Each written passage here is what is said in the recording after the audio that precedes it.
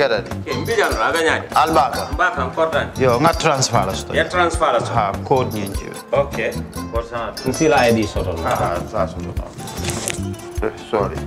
Agada. Mbijan bro. Albaka. Mbaka. Bara alla service o tariaka. Mbale. Mo ki janna nun kunu bara tariaka. Jannom yona forest de bureau. Gambia tonkon na no mbali ya bere. Birim koyna fo katon. Bari si kodo kino katon nim fo bolong blabe. 56 branches mola soto Gambia jang. Ha? Gambia kono ani Gambia bantala bankol. Nko kodo kiya bere. Kodo sifa fo falindiro fo nyaadi lafta même na kodi to poto nim kodi maraw. Jannom number 1 ti nyonta. Andum fana nata anoda enterprise sotale. Wolam nyindi ko domorol fana kol fana be firale le dadi man domorol ni fana beteat. Gambia dawda yalo ngam fa kendol sotale je. Wo moyo diat. Apelenta baraka. Ni ma lafta nyelen kendol e bina. Yalo bukani la ko la baraka ba. Yalo ndel chosano lo. Baraka.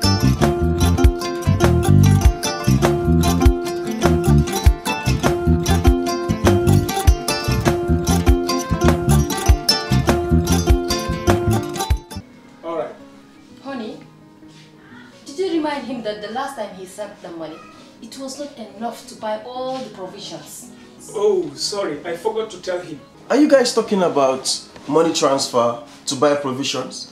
Yes. But don't you know about Baluwo? Baluwo? What is Baluwo? Baluwo is a service that your son can use to send provisions directly to you guys from the shop. And you don't have to worry about the exchange rate. Tell me how Baluwo works. It's very simple. Just log on to baluwo.com and shop, or download the app on your phone. You can shop on the website or using the app to buy online basic products for your family and friends. With Baluwo, you decide what your money is spent on. Your money, your choice. Buy online products for your family and friends in the Gambia, Senegal, Nigeria or Mali. Baluwo, better than sending money. For the first time in the history of the Gambia, Gambia Printing Publishing Corporation proudly introduces the Biliomatic exercise book printing machine. The machine has the capacity to print more than 20,000 books per hour. Yes, 20,000 books per hour. It also prints magazines, newspapers, calendars, flyers, normal books and all kinds of printed documents plus items at affordable prices.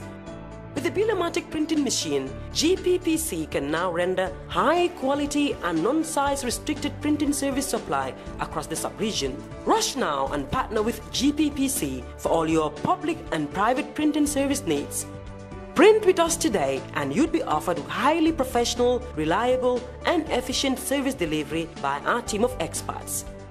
The Gambia Printing and Publishing Corporation is here to meet all demands and is reliable at all times. For more info, contact us on 437-4493 or 437-4402. GPPC is Gambian and it's yours.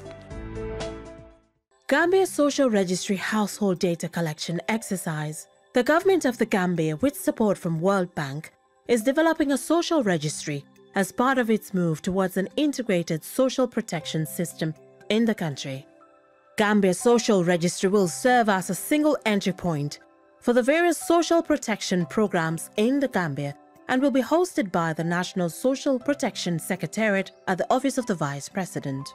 The social registry shall comprise households' demographic and socio-economic data. This information will guide future social protection program interventions in the Gambia and facilitate rapid identification of beneficiaries for programs. It will have the capability to be linked to other databases when these databases become automated. The enumeration teams from Gambia Bureau of Statistics, GBOS, will visit, interview and register every household in your community, so don't be left out. However, inclusion in the registry does not automatically qualify one for a particular social program.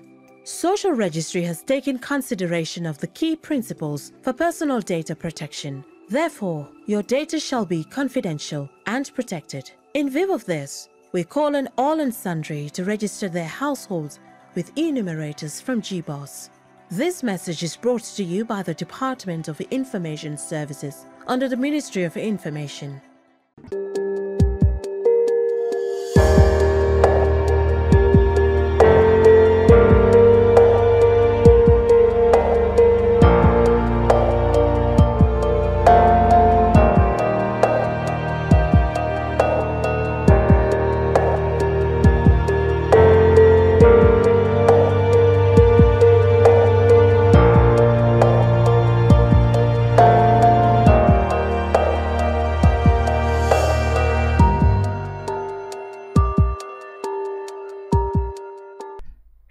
and welcome to the brunch on Kerr Fatou Live. I'm Lamin Cham. This is our weekly look at current affairs in the country over the past 7 days. Today we revisit the IPC, yes, the Inter-Party Committee, that is the body put together to bring all political parties in the country into one umbrella organization. Their mandate, yes, it is, among other things, to ensure that there is smooth coordination and relationship between the political parties, and of course to mediate and negotiate, to have amicable solutions when problems arise dealing with political process, election process, or any other issues arising from politics or electioneering processes. The body has really made tremendous achievements and in fact have been a study case for people from international community and from lands, outside our borders who came here to understudy the activities of the IPC with an intention, of course, to replicate their success stories in their own countries in management of elections. So I have in the studio today Mr. Samba Baldeh. He is the co-chair of IPC, and Baa Jabbie, who is the secretary. Mr. Baldeh comes from the opposition Gambia Democratic Congress, GDC, and GANU, that is the Gambia Alliance for National Unity, is the party that Baa Jabbie comes from. Gentlemen, welcome to the brunch. Thank you very much. Mr. Chairman, let me begin with you. Since you took over, which is a little under a year or so, if I am right, or about almost a year now, how, in terms of direction, have you been taking the IPC? Because you came after the presidential elections, I guess, but then there were the National Assembly, if that was before you, or the area councils, as well as the mayor elections. Yes, we may not have many publicly played disputes between the parties in those elections, but you certainly must have been working very closely with your people. Where were the directions you were taking the IPC? Thank you very much, Lamin Cham. First of all, I have to thank viewers and the listeners to this program. Well, since I took over the mantle of leadership in the IPC just almost a year ago, we had a lot of problems that were holding the IPC because then we were battling how to get a new office. Then we have an office, but the rent expired in April 2021, 2022 rather. So then we did not have another office. Then we were trying to negotiate with the UNDP, because they are the people who are funding us. One of your fundings. Most of our fundings are done by the UNDP. So we are battling with them to get a new office. And because we wanted to relocate the office at that time, and we were successful in relocating the office from where it was, because it was a story building. Now we wanted the ground floor, so that at least, because the IPC, we want to have all inclusive. Exactly. So you were mindful, yes, so on, yes. So that's why we are scouting for another office where at least everybody will have easy access to the office. So finally, we are successful to get that office, and then from where there, are you located now? We are in the Tranquil, not far from the GRA. Oh, GRA office in Bruceby. Yes, Bruceby. Yes, that's where you go through a branch on the right. Fantastic. And then we are in front there, not far from the GRA office. Yes, that's where we are. Yeah. So then we were also trying to secure funds, because we wanted the political party leaders to own the IPC. As far as they are the people who form the party, the IPC, the institution is comprised of all political parties that are registered in this country by the Independent Electoral Commission. How many are registered with you? Presently, we have 19 political parties registered with the IPC, because we are only taking parties that are registered by the IEC. So automatically they become members of the IPC. I see. So And they are represented? They are represented. So each political party is represented by 2 permanent members and 1 alternate. Wow. In the event that the one of the permanent members is away, then the alternate can step in to cover. So that's why we have 3. And we are so mindful that to have at least we are putting gender this into consideration. Yeah, consideration. Yes, whereas if you have we want a male and a female. Okay. But in the event that you have 2 males or 2 females, then the alternate must be the opposite sex, so that at least everybody will balanced. be Gender balanced. Yes. From there, then we are also trying to make sure that we have these people living with disabilities to bring them on board, and we met all political party leaders almost, because about I can say about 87% of the political parties are already met by the IPC executive. You mean you take delegations to their delegations to their individually? Yes, individually.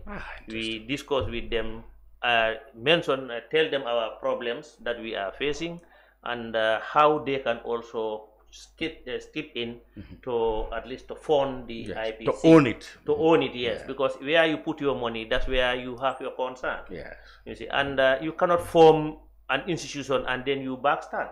It means that then that institution will have it have a big problem to forge ahead. To operate, Yes, because we cannot depend on donor funding throughout. I see. So we wanted, because one day these donors will force out. If they are out now, what will happen? How do you sustain? The institution will collapse. And this is what we don't want. So we are trying to meet all political party leaders, inform them about the owning of the IPC, and then we'll develop a position paper where we'll put an amount there. Each political party will be charged an amount that is a uniform amount, that we can say maybe such an amount for every yearly subscription, and then this will be used to carry out some IPC activities.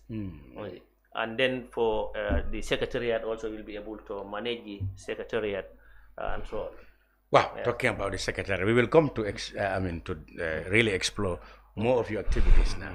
You mentioned a secretariat. Now there's a full-fledged secretariat led by a secretary, among other people there, Baa Jabbie.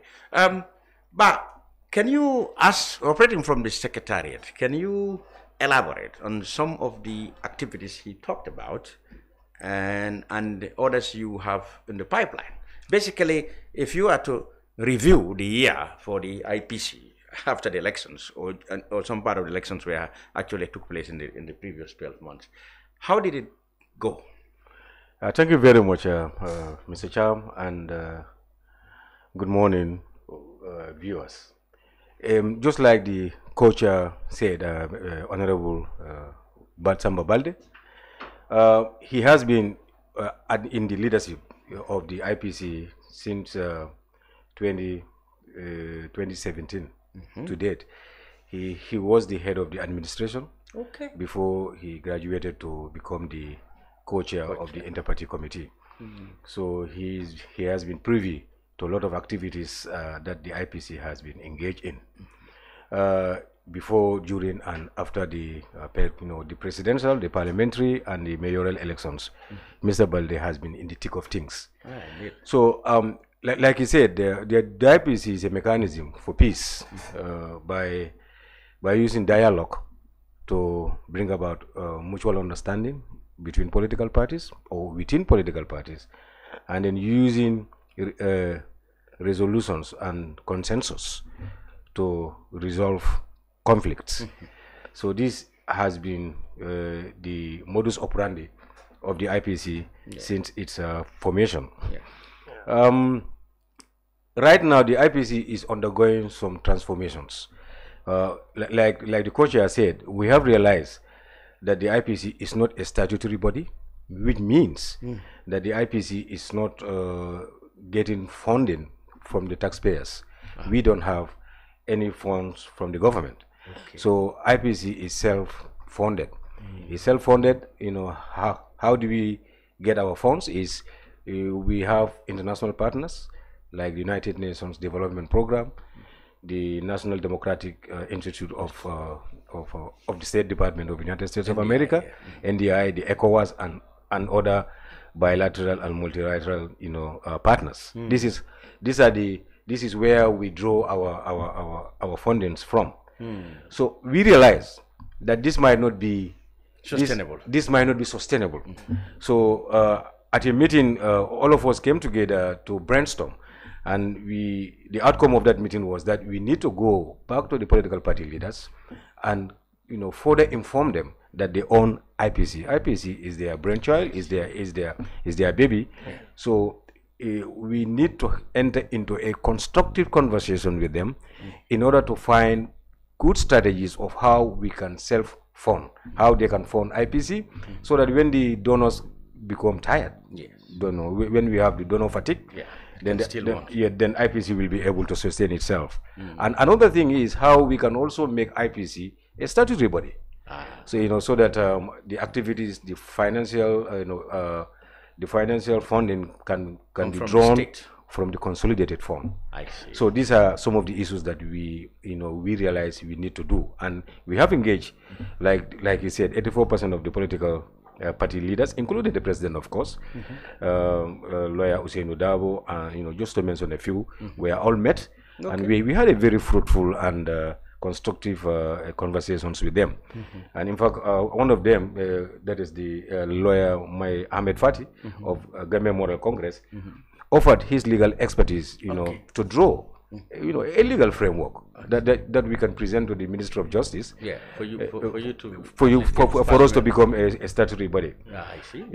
We, as we speak now, we don't have the constitutional mandate to ask for public funds. Yes, to ask for public funds, or to punish people who violate codes of conduct.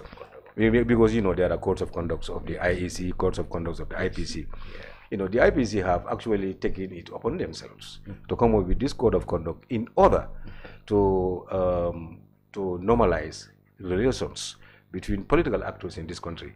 And if any of these political parties who are signatories to this code of conduct, memorandum of understanding, articles of association, violate them, then there are ways that we will utilize to bring them to the table and reprimand them. So this is what we do, but we don't have the legal mandate to punish any political party for violating the IPC code of conduct. But I take it that by working with them, because you are representing all of them, in the first place you'll be able to prevent conflicts or violation of this code of conduct in the first place. Exactly. Have you been successful in putting the political actors into line so that they don't cross your red line? Exactly. This is why we have these two tools: dialogue and consensus building. When it comes to dialogue, dialogue happens when there is a conflict already. Then we bring the actors together, the protagonists together, to have a dialogue in order to resolve that conflict. But consensus building comes when we have a signal that a problem is about to happen.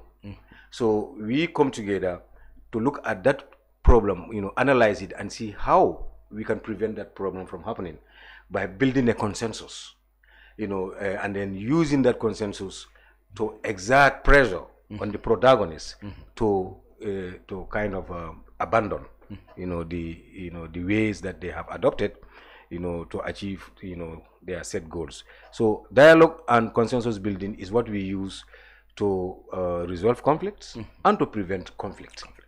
Yes. Interesting, Chairman. He mentioned something that really people often wonder how on earth that can be achieved. Like, to be able to achieve a consensus among people who are themselves competitors. You know what I mean? In the IPC, you have representatives from all the political parties, and you are the people, your parties are the people competing. So how do you manage to have a body that can really, command the respect from all these competitors and, make them to feel, look, let's listen to, this is our common platform. Let's listen to it. How do you go about it? And of course, people are wondering whether there could be a bias because all of you, 19 of you, 18 seem to share. That's how it should look now. But of course, the NPP is the odd man out. They are in the governing party. So I think that most of the quarrels will be between most of you, these 18, and the NPP. How do you, if it happens, how do you negotiate and solve the problem? Thank you very much, Mr. Sham. It may interest you that from the inception of the IPC, we have never gone into voting. Or in your process? Yes, in the unanimous process, always. Unanimous. We have to. We always have consensus agreement on any issue that we do. Sometimes we have bitter debates. Yes. We discuss it up to the end, and then because at the IPC, when you are entering the IPC door, you put your party colors behind. Absolutely. That's so amazing. You will not know who is GDC, who is NPP, UDP, who is NPP, and so on. The moment we enter, we focus ourselves on the Gambia. So we have Gambian interests. We are all looking for the Gambia, not at our individual political parties. Okay. So that's why normally whatever we discuss, we come to consensus. So let me ask you, does this come some sort of as a hindrance for you? For example, if I were to interview you, or a media should interview you, and you ask you in a way that might result in criticizing the NPP or the UDP or DOI in your capacity as co-chair, do you sometimes feel constrained to actually use your political platform GDC to make criticisms, of course, as chairman? At the GDC level, I can speak on behalf of the GDC. Yeah, but that's as a political party. But don't you feel that with my position, yes, I'll not be able to criticize. Yes. But I look at the Gambian interest and I will talk on that. Okay. That is, if you do something that we know that is going to jeopardize the democracy, the peace in this country, you can say of course I can say that. Okay. That is not called for, and we feel that I feel that it should stop. Okay. Yes, because anything that will not bring peace in this country, we are not calling for. Yeah, I said this because just in furtherance of what you said, that when you come to IPC, you put your party colors. So I'm trying to imagine if you, as a member of the GDC, have a need to speak out, and that may go against the activities of some political parties. You may feel constrained in your capacity as chair of the interparty to do so. Of course. Yes. I can, to criticize, you criticize something that maybe is not in line with what you are thinking. Okay. You criticize it. Yeah, that's right. Now, if in my capacity as the secretary of the GDC, as the admin secretary of the GDC, now if a political party looks at the NPP does something that is not called for, and I'm interviewed on that decision, I can of course criticize the act. You see, that the act is not called for. Not called for. Yes, and I think that it should stop. Yeah. Because here, when you are a leader of a country, of a nation, or any institution, what you should focus on is what will bring that institution, what will take it forward, and what will bring peace there. Okay. So I will talk on that ground, but not to criticize. Yes. But I criticize constructively. Only when there is a need, you can speak out. Yes. But then in any case, you are mindful of the fact that you are seen as an arbiter or chair of the two sides. Yes. Yeah. Yes. Jabbie, because I represent all you the represent two, all of so I'll be representing the NPP in my party as well, because I'm looking at the Gambia. So Jabbie, does the code of conduct cover you yourself as members of the IPC? Which areas? When are you supposed to speak out? When are you supposed to wear your party colors? And when not to? Yes, this is a very good question, Mr. Chair. Yeah, because the code of conduct actually binds political parties, together. But the internal, behavior of the IPC has not been covered by this codes of conduct. Yeah. But presently we are looking at that. At that gap, that is a gap, and we are in the process of writing ground rules. This is why I said with the coming of Co-Chair Baldeh and Co-Chair Baa, we saw the need to transform the IPC from where it was to another level. So we are in the process of writing ground rules that will actually make all IPC members, obey, the rules of engagement. So, we have a model, and this model has worked for us, because there are, the reason why we are calling him a co-chair, because there is another co-chair. Yes, you call each other co-chair. So we usually draw, co-chairpersonship from the ruling party and the opposition. Ah, okay. So the ruling party, will send somebody, will nominate someone to become a co-chair, and the opposition bloc will also nominate someone to become a co-chair. I think that is fair, because even though the governing party may be just one, and these people are 18, but because they are, so you see, one represent them, one represent 18 from exactly. That I think the ruling party have no case to complain about. Yes, because we don't want any perception. Perception that there are more opposition. There are more opposition parties in the IPC, or the opposition is influencing the proceedings of the IPC, or the ruling party is influencing the proceedings of the IPC. We want to have a balance. Now, is the ruling party actually who may have cause to concern, because your opposition are in the majority? Exactly. Yeah. So we have these two people chairing the inter-party committee. Yeah. And at the moment the NPP is Sheikh Baa. Yes, Honorable Sheikh Baa is a member of parliament for Basse constituency. Is one of the co-chairs. Yeah. I take it that Chairman, you get on very well with him. For sure, yeah. Okay. We all liaise and consult each other on whatever, even if he's away. Whatever I do, he's in the picture. Exactly. Fantastic. Yeah, so we have this balance, and the resolution thing, the consensus building thing, requires everybody to contribute towards the proceedings of the IPC. So no one has the capacity or will have the power to override the decision of the IPC. When it comes to the collective decision, it is always a collective decision, and everybody, will input into that decision. So IPC is not influenced by any single political party. Like you said, we had a meeting with some diplomats from the Commonwealth, and then when I told them that this co-chair is from an opposition, this other one is from the ruling party, the way they saw them chatting and laughing, with each other, they expressed surprise. They said, but we thought these people will come to blows whenever they come together. So how do you make these people to become so friendly? And this is something that we've never seen anywhere in the world. Yeah, absolutely. So inter-party committee is not like a rare mechanism in the world, but the achievements of the inter-party committee of the Gambia actually is unique. Absolutely. Because even the PPRC, that is the political parties registration commission of Sierra Leone, were amazed how we were able to have this cohesion, this inter-party cohesion, and then sit down and discuss, issues, political issues in this country without any acrimony. So they were surprised. They said they have seen this mechanism in Nigeria, they've seen it in Ghana, they've seen it in other places. But usually, whenever these people meet together, their political ideologies will always conflict.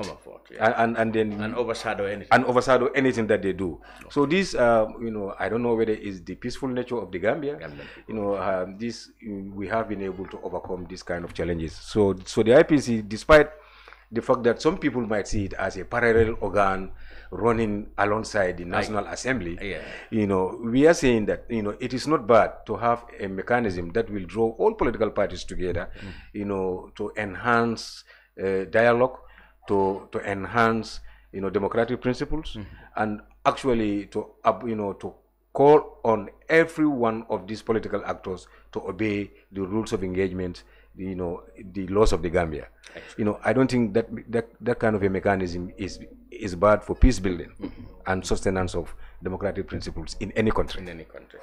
Now, you mentioned some of the programs you want to push, Mr. Chairman. He said your secretary is talking about looking for ways of coming up with a legislation, get the government's backing to do a legislation by which it can be established as a publicly funded national institution. How far have you gone with that? At the moment, we already have, the secretary have alluded to before, that we met some of the political party leaders and people like my party, like Lawyer Oceano Dabo, they have offered us their services free. Their services to help prepare the draft for that, for the bill, so that at least the IPC will finally become a statutory body where we'll be able to get funds from the consolidated funds. And so far we are on that stage. It will interest me, when that bill get to Parliament, how do you think the National Assembly members will vote?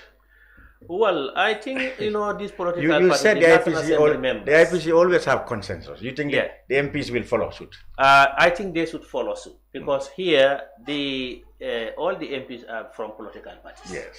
So it is the political party's concern, and each member of parliament, your party is represented in that IPC. Yes. So anything that will bring that IPC forward, that it will make it progress.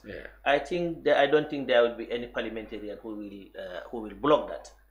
The other thing it comes with, once it becomes a government institution, government may like to interfere in its structuring or its appointments into it. You said that IPC you have a unanimous decision most of the time. When it comes to a national institution, as you are aspiring, then you will have to look at how appointments and representations are done there. Yes, here we are thinking of registering it just like the IEC. The IEC is getting funds from from government. It's funded by government. But for organizing elections. Yes, for organizing elections and so on. So here also the inter-party committee also can get funds from the government, because we are representing political parties. We are trying to bring these political parties together and then to have dialogue and other issues, contentious issues that may emanate from them, especially during campaign and so on. So actually to fund that project, I think the government will not have that much interference on it, even if it is registered, just as an independent organ. You said you met party leaders. How have their reception been? For example, do you make them to understand that you definitely represent everybody with maximum impartiality? For example, when you went to Mama Kande or Lawyer Dabo or Adamu Barrow, what sort of reception did you get there? Actually, Mr. Cham, you will be surprised to know that all these political party leaders that we met, they took us as their own. So we get maximum reception from them. They appreciate us coming to them, meeting them, dialoguing with them, because it's not the first time we have been doing that. We have been organizing quarterly breakfast meetings. Yes. And where we call all political party leaders together. You see, most of them do come, we discuss together and so on. So here, because they are seeing that, well, we are building peace among them. And it's a welcome idea for them, because in fact, wherever we go, they said, you should have done this earlier. You see, you should meet us, we discuss with you, because we are part of you. We are the people who are representing us in the inter-party committee. So what happens there, we should be informed. And that's why the members of the IPC always inform their executives when they go back after the meeting. I see. Yes. Good. Mr. Jabbie, let me come to you again with the programs you are implementing. You have the UNDP, the NDI, among others, really standing behind you. What sort of programs you have on the pipeline to implement, for which they probably may pledge or may provide funding for? Thank you very much, Mr. Chairman, for that question. First of all, let me see this opportunity to convey our sincere gratitude to the UNDP resident representative who has left the country now, Madam Aissa today, who has finished duties in the Gambia, and to actually welcome the incoming UNDP resident representative. You know, we are also very grateful to ECOWAS, to ONEP, West African Network for Peace, and the NDI for their very pragmatic, partnership with the IPC over the years. So right now we have an action plan. We have a series of activities that we need to do. Let's hear them. We need to do 2023, 2024, and the UNDP, fortunately, is the funding partner for these activities. The major activity on the table is Women in Leadership Project. Women in Leadership Project. Wow. Strengthening women's political participation and leadership through reform legislation, community level leadership, and political parties engagement in the Gambia is the project that is on the table now that IPC actually want to engage in partnership with the UNDP. How do you want to go about it? Yes, we have activities that we need to do. And the outcome actually that we are looking for is to have an enhanced legal framework, policies and political parties bylaws in place to increase women political participation and leadership. This is the outcome that we are looking for. And the project activities will be support the political parties, and inter-party committee review gender strategy or policy for political parties to mainstream quota systems in the selection of candidates for elective seats, including the implementation plan. We need to encourage, the National Assembly. We need to encourage Gambians to accept this a possible quota system for women to be largely represented. So that means each party should at least set exactly a certain quota of my National Assembly members or councillors or mayors should be women. Yes, definitely. And then we know this is going to be a challenge because political parties have internal party democracies. They have their own internal party democracies. Well, recently there's a report that criticized the lack of democracy in political parties as late as it was as recent as last week. I don't know whether you agree with that. At your party level, GDC, do you project women in front? Of course, we have women in front because we have a lot of them. Even we have women who are chairpersons of regions. We have women in the executive, central executive. Ghana? Yes, we have. The national mobilizer is not National Women Mobilizer. I'm talking about the national mobilizer. It's a woman. For Ghana. For Ghana, yes. Okay. Yes, so we are also cognizant, and we are also ready to adopt this gender policy. Okay. Yes. And this is how soon you want to go about? Well, as soon as fundings. We are going to do this in October and November. Yes, 2023. October and November. This is right now on the table, and we are all working towards this. And IPC this time is going to be the implementing partner, for this project. Because if you remember, we used to outsource our activities to other agencies, other implementing partners of the United Nations. Yes, but now we have in place administrative and financial systems that will allow us to implement our own programs. I see. So these are the activities. Another activity is to train members of women's wings of political parties. We need to capacitize the women wings of political parties for them to have the tools, the necessary tools, in leadership, in advocacy. And we also need to capacitize the inter-party committee and its branches, because the inter-party committee has the female branch and the youth branch. We have regional branches for the youths, and we also intend to have regional branches for the women. These branches are platforms that women can use to advocate, to become recognized as credible and credible partners in national development. So this capacity building will also include implementation of gender strategy within the political parties. We will call all political party leaders to a meeting and then inform them the importance of having a gender strategy in their political parties, whether it is a quota system or whether it is a deliberate decision to promote women into leadership positions in their political parties, whichever way they want to go about it. But let them be encouraged to do that as soon as possible before 2026, so that we can have an increased number of women in our National Assembly. Yes. We have only 3 at the moment, isn't it? Yes, we have only 3. Unfortunately, we have only 3. Although the activities, the participation has increased. Yeah, the people who wanted to become to be elected have increased. Yes, but only 3 eventually got elected. Yes. So you want a policy where deliberately the parties will not put up male contestants in certain areas. Yes. To give maximum chance to women. This is a policy that we wanted. We want. And the third outcome that we are also looking for this year with the funding of the United Nations is to strengthen conditions to advance women's political empowerment through aspiring women's candidates capacity building and sustainable campaign funding schemes. Because we have realized, over the years, since 2021 to date, that women have these aspirations to represent, their constituencies, but what they lack is finance. They don't have the funds.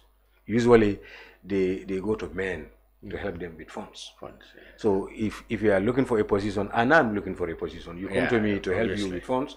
Obviously, I won't give you. I won't give you because that means I am empowering you and demeaning them. Yes. So demeaning for them to go. Exactly. So we need to have schemes, that will be put in place, that women can use to generate their own funding, to mobilize funds for themselves, and in the absence of that, to look for partners, donors worldwide that are interested in women empowerment to come to their aid and give them funding. Wow, yes, quite a project. Any other one? Yes, there is another one. In the long term. Yes, in the long term. This is not even in the long term. We want to do this before 2026. Yes, in fact, before 2025. I see. Yes, we want all these things in place before 2025. So that women empowerment can become a reality, not a rhetoric. Fine. Good. Let's go back a little bit. There have been, and we're talking about challenges now. I'm sure you have a lot of challenges, but let me start with one common criticism that comes always is that, okay, you people will work quite in harmony and so peacefully, but when the elections get heated, then everybody is become now self-centered. And you become animals who are interested only in your party. Sorry about my language. So and they said, okay, where is the IPC? I mean, political parties who have complaints will write to the IEC and copy IPC, I guess. But then they say you are a toothless dog. You hardly have the initiative to do anything when things are hot. Because obviously you become biased. You become now, you forget about the IPC. Now you become political animals for your own parties. Is that a valid criticism? Well, I'll not take that criticism because that's baseless. It's baseless as far as the IPC is concerned.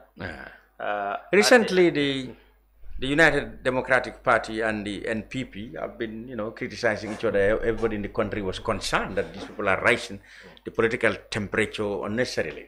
I didn't hear anything from IPC. Where were you? Actually, we have our MOU, and normally what happened when political parties have any political party that have a concern or have a problem, we write to the inter-party committee, and then we'll take off from there. No, but if you don't need to be written to when you hear your members quarreling publicly. Do you have to wait for one of them to write to you? We have, or you have to take your own initiative. We take our own initiative. That's why last Tuesday we had an executive meeting and we discussed about what we are hearing in the social media.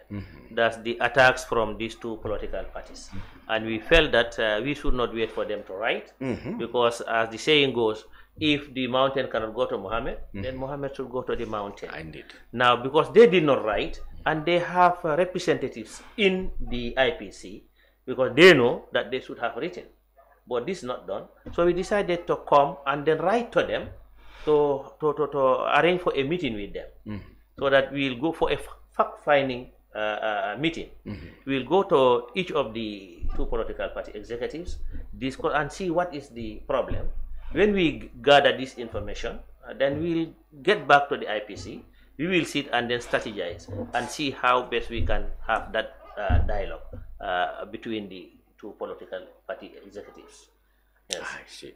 Jabbie, yes, in place. Why is the IPC often absent when political processes get heated? Yes, it's largely due to the rule of engagement that has been adopted by IPC, recommended by the former, the executive of the IPC, that we should not get ourselves, into any issue without being invited. Because if you go to people's homes without being invited or their programs, whatever happens to you is your fault. So this is something that we have. This is a wisdom that we have adopted. But you, like you rightly said, sometimes it is necessary to act even without being invited. Like you are in your home and your neighbor, you hear a crisis in your neighbor's house. You don't want to be invited to go and try to solve any problem that they might have. So we had this executive meeting and we are critically reviewing this rule of engagement. Mr. Baldeh actually opened that discussion and said we have to be concerned with the rhetoric that is going on in the country, in the political landscape, precisely between the United Democratic Party and the National People's Party. The commentaries that we are receiving from media outlets are comments that violate our code of conduct. So we need to do something about these things. And we come up with a strategy. And the strategy is to form a committee, a 6-man committee, that will go to the secretary generals and party leaders of these two major political parties, that command a lot of support in this country, and engage them into a conversation, to find out, the reasons, the underlying factors, that is making these unsavory and very angry rhetorics coming from both of them. And when we have this meeting, which we slate for the 25th, for the 26th and the 27th of October, we need to go and see His Excellency the President of the Republic, and we also need to see His Excellency the Secretary General and Party Leader of the United Democratic Party and their executives, to have a conversation, an insider conversation, to see how we can actually get out of this, escalating rhetoric that is characterizing the. You must have heard about the political discourse. An initiative being contemplated by the NPP through its new administrative secretary to initiate dialogue with political parties, between the NPP and political parties. Would it not be very much ideal for the IPC to either lead or perhaps make itself available to facilitate that thing? You must have heard about it. Yes, Mr. Chairman, we heard about that. Here all political parties, they are at their own liberty to discuss, to meet any political party for a dialogue. Okay. So the IPC, we are there. If we are engaged, for sure we will. We'll take the lead. Now, if we are not engaged... Yeah, one would have thought that your mandate would really cover. If you see such initiatives, you will quickly jump to embrace it. Like, for example, the NPP now, the governing party, is now saying, we are waiting. In fact, they said they are waiting for the approval of Barrow now to go ahead with their initiative to engage all the political parties in a dialogue so that they can dose down the tension. One would have thought that that really would be very good music for the ears of the IPC. Yes, that's the initiative of the NPP. Yeah. That's what their executive have come up with. But we felt that, well, the IPC is already a convergence institution where at least all political parties belong to. So to discuss this in, at least it would have been prudent enough to do it at the IPC level. Because all of them are there, and this is why we are planning for this quarterly breakfast meeting again, where we'll meet all political party leaders. At there, we'll discuss such things. How can we get rid of this this language that we use? Because the foul language, and we have to see ourselves as we are all in the same boat, and our aim is to anchor safely. to get to the other side. So anything that will not make that possible, we should all run away from that. So that's why we try to bring them together. If the electorate sees people, political party leaders sitting together, discussing, eating together and so on, then it will reduce the political tension outside. And then there will be no need for them to be harassing each other, fighting, insulting, or malicing each other, because they know that, well, we are all in this country, and if it's good governance is going on, we will all enjoy.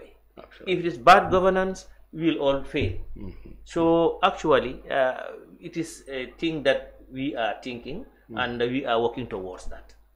Yes. Good. Right.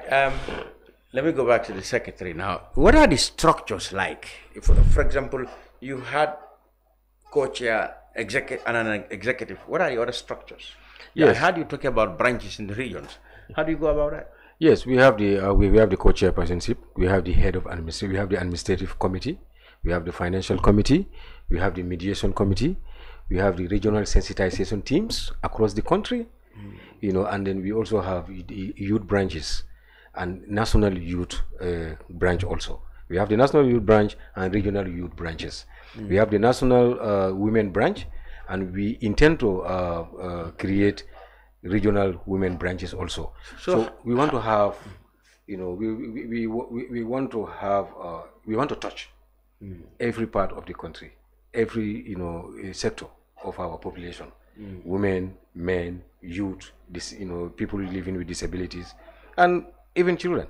So how do you go about organizing a regional body? Do you go the same modus operandi, that is pick people from different parties in the region and make them represent? Oh, how do you go about it? Yes. For example, if you are going to have an office or a unit in Mansakonko, how are you going? Who's going to be there? Where is he? What will be the background of the people that are representing you? If you want this regional, just the way we recruited the youth branches and then the sensitization teams.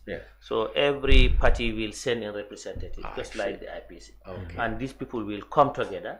Then they will get the training on what to do. We will give them their TORs, and then they will operate. And they will choose their leaders among themselves.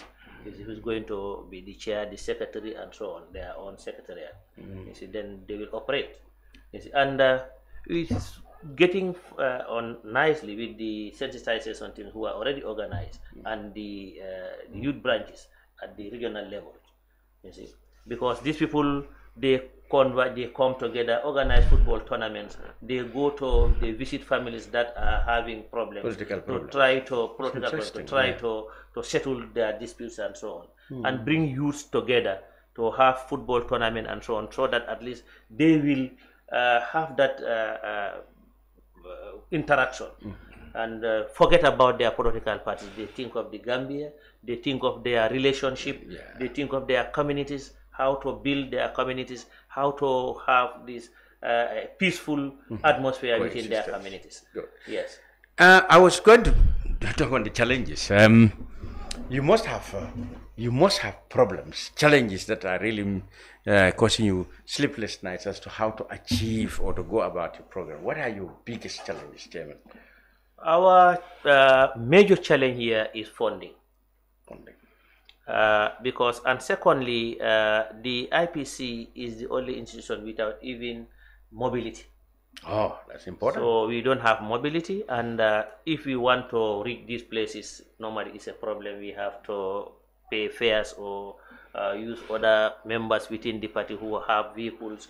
At least we beg them to take us somewhere and so on. And you should not naturally, all of you should not naturally seen in a UDP vehicle going to that. Or an NPP level vehicle. It would have been better if we have our own vehicle, and everybody know that this is the IPC vehicle. Wherever we go to, they will see so the that level they will on put it. the IPC1. That will be yours. Not maybe, not or maybe but Jabbie. for the institution. I know. Yes. So anyone can use it, because as far as it's there for the institution. I know. Then wherever it goes, so people will know that, well, oh, this is the IPC. But you should register as IPC1, okay? So that, that we are thinking that way, maybe when it comes. You 1 up to 12. I pray that you will get IPC1 up to 12. Thank you very much. Thank you, Mr. Cham. So mobility, you said, is a problem. It's a problem. And the funding also is a problem because here we depend on donor funding. We don't have money at the, but thanks to the NPP leader who gave us some funds to President Barrow. The President Barrow. He made a personal donation. Personal donation. Did Mama candidate the same thing? No. Lawyer Dabo? No. Well, you must challenge them. No, did you tell them that Barrow donated? No, donation is at your own will. It's not a condition. Yeah, but tell them that Barrow donated. Maybe from here they will know. But they Barrow know, donated. the whole world, I can say, the whole community I didn't know about it. Did you?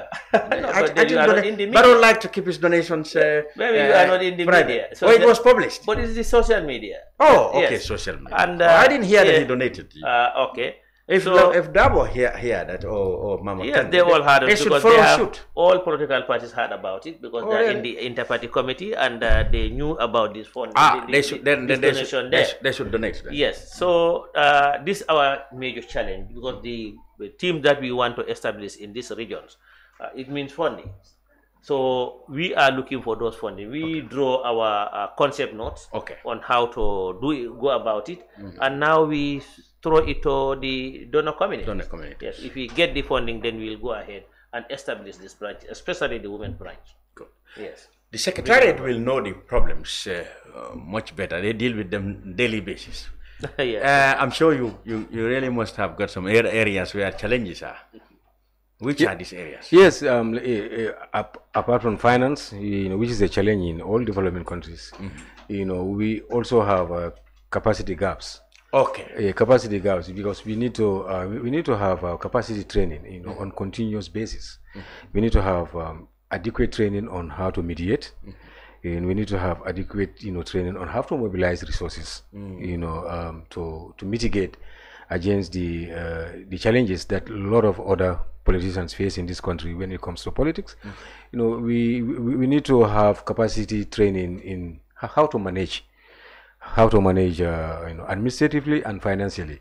These are trainings that we actually need. Because you were talking about in the past you outsource your activities because you don't have the capacity to handle, for example, huge financial transactions. Yes. Now you're beginning to say that you now have got that. Yes, we are about to get that now. Okay. Because we have a financial officer that has the capacity, to put in place robust and very watertight financial systems. We also have an administrative manual that is in place, actually pioneered by Honorable Co-Chair Samba Baldeh himself, and we are improving on that one also. And when it comes to the administrative secretariat, I am also learning. Yeah, I'm also learning to administer, in terms of writing minutes, correspondences, putting in place certain mechanisms that need, to be improved, and then it will actually bring about the desired outcomes that we need. But capacity building is something that we need. Funding is actually something that we need, and the acceptance of IPC as a peace mechanism, is to kind of change people's mindset about the IPC is also a challenge, because people might think that the IPC is a toothless bulldog. We heard somebody say in the social media yesterday that we are toothless bulldogs. On Monday. Okay. Yes, said that. On Monday, yes, that we are toothless bulldogs, and in fact, the United Democratic Party should disengage from the IPC. That must have come from a UDP man supporter. This is a dangerous speech. this is a dangerous speech. What you are telling us that you are asking a major political player from disengaging from a peace mechanism. But it didn't come from their officials. No, it didn't come. Probably it's a sympathizer. No, it's not an official statement from from this political party. It's a member of a political party who is saying. So this is kind of polluting the already polluted political atmosphere. We here to actually advocate for peace, build peace, sustain peace, and then increase inter-party cooperations. For democratic to expand the democratic space. This is why we are here. So if we have the required support from government, from the development partners, when we have the required support from the Gambian people, then investing in IPC means investing in peace building. in maintenance of peace, in the sustenance of peace, for people to realize that politics comes and goes. And when we are in politics, we have to decorate our interpersonal relationships. And then when politics is finished and we have the verdict of the people, then we need to respect that verdict, and then move on towards another electoral cycle, without any injury to our interpersonal relations. This is why IPC is here, but it's not here to. Anytime we have an issue, then we all go out and start to be very vocal, be very aggressive. Then our mandate to build peace will be defeated. Would be defeated because you will be seen to be an aggressive organization. An aggressive organization to be a part of a political move. Yes, and Cham, if you allow me, when the PPRC, that is the People's Political Parties Registration Commission of Sierra Leone, came here, we had a discussion at the United Nations level, where they are even encouraging us to spread the message in the region, in the sub-region, that the IPC can be a model that can be used by the Senegalese, that can be used by other ECOWAS countries, to build and sustain peace.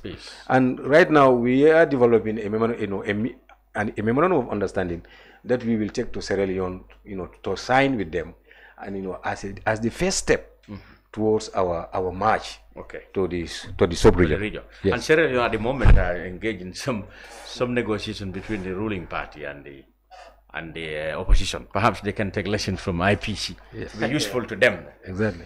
Good. Let's wrap up now with activities from your individual parties. Where is the GDC? Not much have been heard of it.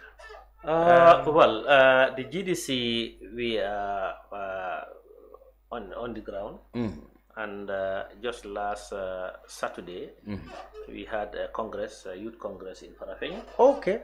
And yesterday, the day before yesterday, that is Sunday. Sunday, we had another rally in the URA. Sarebojo. In Sarebojo. Yes, and even on Monday, we also had another meeting in Jambu. So we are everywhere. The GDC actually they are. And where's Honorable Kande? Honorable Kande, he traveled out of this country, but he's back. Oh, he's back. He's here, yeah. Good. And Ganu Jabbie, you in the absence of as Tijan Haider, you are more or less as the interim leader. The interim leader and Secretary General of Gambia Alliance for National, for National Unity, GANU. We are remobilizing our grassroots base. Okay. In fact, we had some meetings with some focal youth, youth members of GANU, in order to galvanize the participation of the youth across the country. I called them to my house, and we had a very fruitful discussion. And then I informed them that I am the interim Secretary General and party leader of Gambia Alliance for National Unity. And then we have a program of activities that are put in place from now against the 2026. And as soon as everything is done, we will come to the public to announce. Are you going to be in alliance with NPP again in 2026? Well, or time will tell. Well, time will tell. Time will tell. Yes. So there's one area Mr. Baldeh will not agree with you. At IPC we disagree and agree. That's it. Yes. All right, gentlemen. Baa Jabbie, Secretary of the Inter-Party and basically deputy leader, interim leader of the GANU, that's the Gambia Alliance for National Unity, and Samba Baldeh, he is the secretary of the Gambia Democratic Congress and co-chair of the Inter-Party Committee. Thank you, both of you, for sharing your insightful, knowledge about your working, that is the IPC, and your programs, here on the Brunch. I hope and I pray that we will come back to do more talks on the IPC and your activities. Of course, after you have recorded, maximum success in the implementations. Thank you very much, gentlemen, for being on the Brunch. Yes, the Brunch will be back next week. Goodbye for now. Thank you.